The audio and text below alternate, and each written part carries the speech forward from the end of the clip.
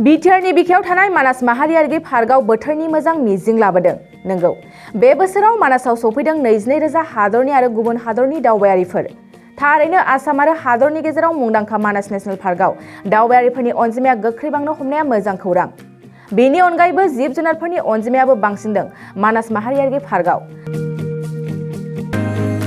सोरगिदिं मिथिंगाजों बुंफबनाय मानास माहारियारि पार्कआव मोसानि अनजिमायाबो बांदों। बेजों लोगोसेनो मैदेर, गान्दा, मै आरो हाग्रानि मोसौनि अनजिमायाबो बांगासिनो मानास माहारियारि हाग्रामायाव।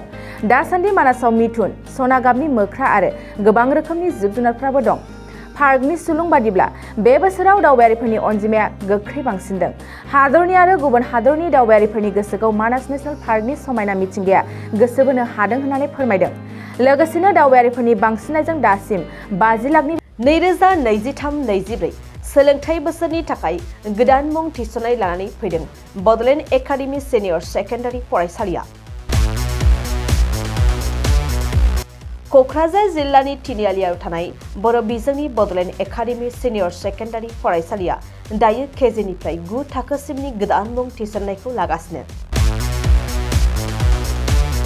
बड'लेण्ड एकाडेमि सिनियर सेकेन्डारि फरायसालियाव गुनगोनां सोलोंथाइ होनायजों लोगोसेयैनो नोंथांमोना बे फरायसालियाव थानाय जानायनि हस्टेल खाबुखौ मोननो हागोन। बेजों लोगोसेयैनो बे फरायसालियाव एक्सट्रा टिउसन आरो इंलिश स्पिकिं कर्सखौबो फरायसाफोरनो होनाय जायो। गोसो गोनां फरायसाफोरा मुं थिसननायखौ बाङाय बेसेनावनो मोननो हागोन।